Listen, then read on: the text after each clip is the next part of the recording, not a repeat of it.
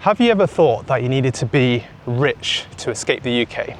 In this video, I'll explain to you how you can leave the UK for good without being wealthy. When I left the UK, I left with no job, debt, no backup plan, and I built a better life abroad than what I had in the south of England. And if you're waiting to be somewhat wealthy to leave, you're falling for a lie that keeps most people trapped forever. Because it did for me. And be honest with yourself, on your current savings, do you think you'll ever save enough to break free? Because I think, most of us have been told a lie. Work hard, save money, buy a house, and then you'll have freedom. And then you can retire and then do whatever you want. That worked for our parents, maybe our grandparents, but for millennials and Gen Z and anyone younger, it's a scam. Because last time that I checked, the average London rent is £2,100 for a one-bedroom apartment flat. In our situation, the more you earn, the more that they take. The higher the taxes are, the higher the cost of living are, more stress as well. Also, being rich in the UK makes you a target. It doesn't make you free at all. You're kind of running on a treadmill designed to keep you stuck, no matter how fast you go. And let me paint a picture for you. My mate lives in Brixton, South London. He pays £900 a month for basically a closet. It's basically a room that can just fit a single bed, a small wardrobe, and then he has to share the living room, the kitchen, the bathroom with 3 or 4 of his other flatmates or housemates. He's 28, he's self-employed, he actually earns more than me, a lot more than me, but he has no space. And, he has less freedom. Sure, he can pay more for a nicer place, but then he can't save as much. And then I suppose he can't retire as early, which is what his goal is, because he's ambitious like me, in a way. And it just puts him further from building wealth and the early retirement of what we're looking to achieve. That, for me, is not living. That's just coping, surviving. Meanwhile, £900 abroad gets me a one-bedroom apartment to myself. That's food, bills, Wi-Fi, electric, everything. Gym, dinners out. In the UK, £900 a month would barely cover a room in an all right place, similar to what I have. And then, never mind, let's say crime, right? In the UK, crime has just gotten ridiculous, especially violent crime. You can't leave your iPhone on the cafe table outside without the risk of it being nicked. And you definitely can't wear a decent watch in London with the chances of your hand being chopped off or stabbed. And if you think I'm being dramatic about this or making it up, back in June 2025, a 24-year-old was fatally stabbed outside a 5-star luxury hotel in Knightsbridge, I think around Chelsea, an affluent area, over a Rolex. Crazy. You don't hear that happening in Dubai, do you? And then in Bournemouth, where I lived before leaving to places like this, stabbings on the high street, women being raped on the beaches, seems like now the new normal. You just hear it all the time. It's just something that you never ever used to hear before. And then in Tottenham, where my grandma lives, you generally feel like you're risking your life walking down the high street, literally only 10 minutes away from Tottenham Hotspur's £1 billion stadium. And it's like a third world country. And yeah, you just come to places like here in Albania, and there's no single hint of violent crime.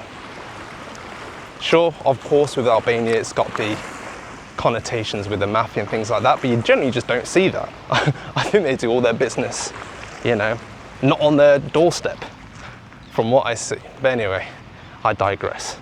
So yeah, would you rather be broke in the UK or living on half the amount of income that you'd earn and live almost like a life of luxury here in some places like Albania, North Macedonia, etc.? Because you don't need to be rich to leave the UK, you just need 5 things. Number 1 is online income. You can live comfortably on £800 to £1,000 a month, depending on the country, and you can do things like freelancing, think of teaching, you know, online sales. There's multiple avenues. Number 2, you need a low-cost destination. So think of places again, Macedonia, Albania, you think of Southeast Asia, think South America like Colombia, etc. They all have rents starting as low as £300 for things that aren't great, going up to £600 for something nice. And of course you're going into luxury further on from £600. So yeah, and then when it comes to residency, because I know that's sometimes a question, people like to stay in one place longer than 3 months. I get it. I'm starting to feel that myself, getting a little bit like, want a bit more of a base. You know, forget golden visas, forget complex applications. For example, Albania, you can get a digital nomad visa and stay here for up to a year, I think, something like that. You'd have to look into it, I'm not an expert. But like, yeah, Malaysia, Georgia, Mexico offer, you know, accessible digital nomad visas or extended tourist visas, enabling remote workers to live and work legally with straightforward application processes. But yeah, research the rules yourself, do your own research, and you should be all set. And then another thing you need is community.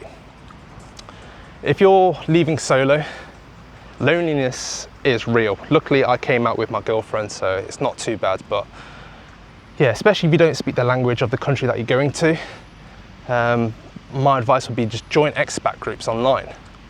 They're on X, Reddit, Facebook, or maybe even local meetups with other expats.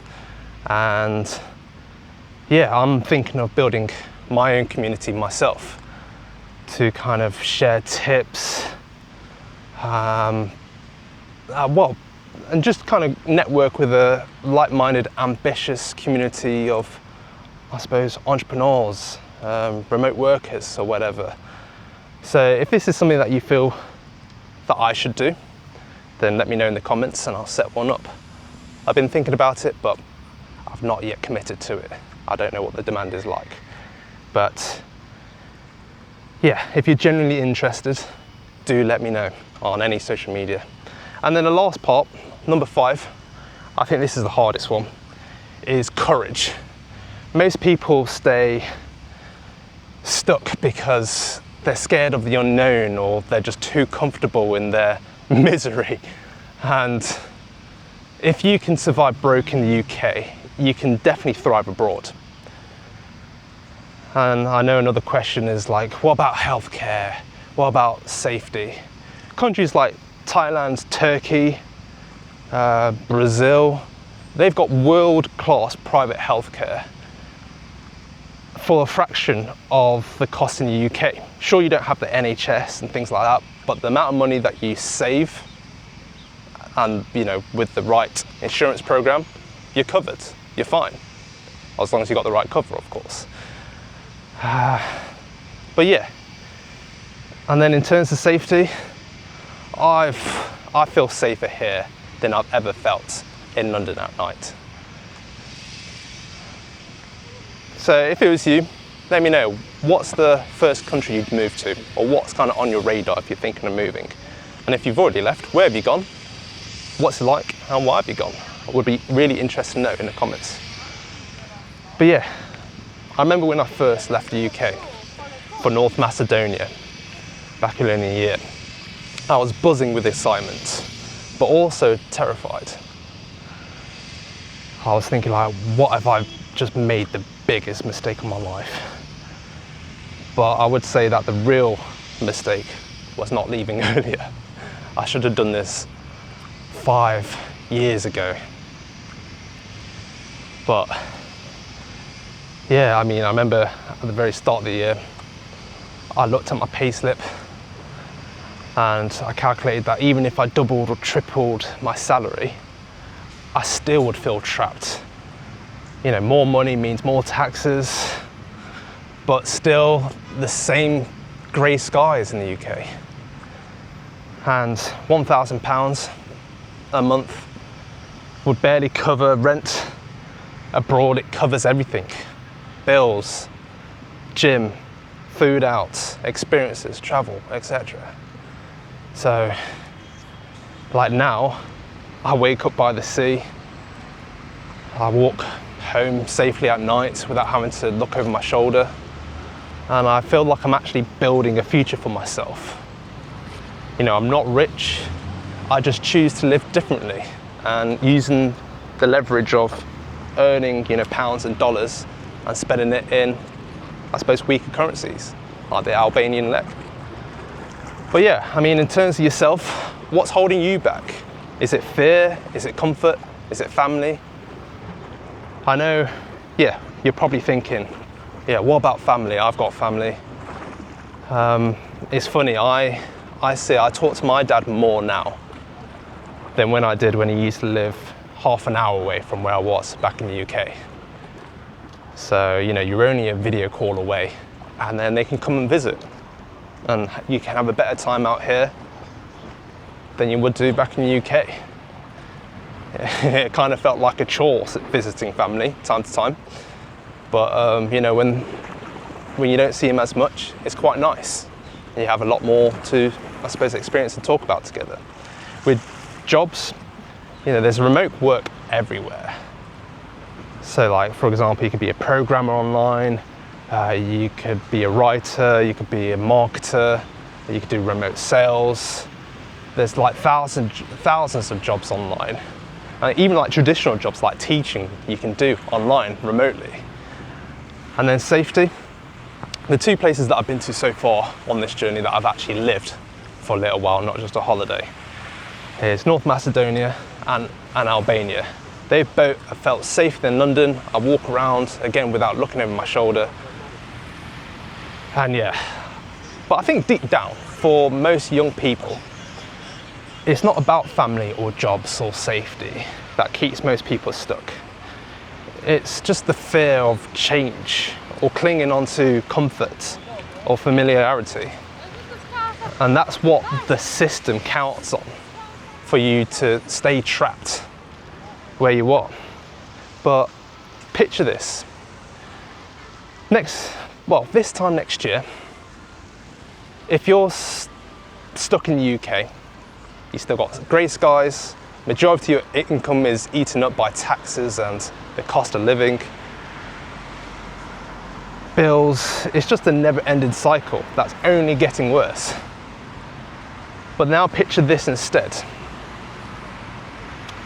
You wake up in a really nice apartment with sea views, sunshine on your face, safe streets, dinner costs less than a pint in London, and you've got money left over to save up and invest. And you're almost like on a constant holiday in a way. It's an interesting feeling. Yes, there's less stability, but you know, if you reside somewhere else, obviously you can stay longer than what I do, which is 3 months of the year at a time. But you know, I suppose it feels like a holiday, but it's not a holiday. It's just a new life. So yeah, if you had the opportunity to make money online and go wherever you want, what would be the first thing that you did, or the first place that you'd go to? And again, just to remind you, I left the UK with no job, debts, no backup plan, and I built a better life. So what's your excuse? The UK, as you know, doesn't just punish the rich. I feel like it punishes the poor. Don't get me wrong, it's not as Not as bad as being rich because you don't have to pay as much taxes. But yeah, you know, if you're ambitious, you're just constantly put down by the pressure of just the cost of living, which keeps you stuck. And what I'd say is, you don't escape by being rich. You escape by leaving and going somewhere that treats you best. There's no point in waiting anymore. Nothing better is coming. Government's not going to save you. Your inheritance isn't going to save you. Well, maybe it will if you're getting a big one, but for most of us, we're not really getting much of a inheritance because that is just life at the moment. And you can't rely on it anyway. And 1 year from now, you could be stuck in the UK fighting to survive. Or you could be sipping on coffee on the balcony abroad, finally free. The choice is actually truly yours. You just have to make the decision. But anyway, in my next video, I'm going to show you what £620 per month apartment looks like for an Airbnb for 3 months during peak season. And I believe you'll be quite shocked to see what it looks like, especially if you see my other videos. But yeah, make sure you do subscribe so you don't miss out, and like the video if you're looking for more content like this.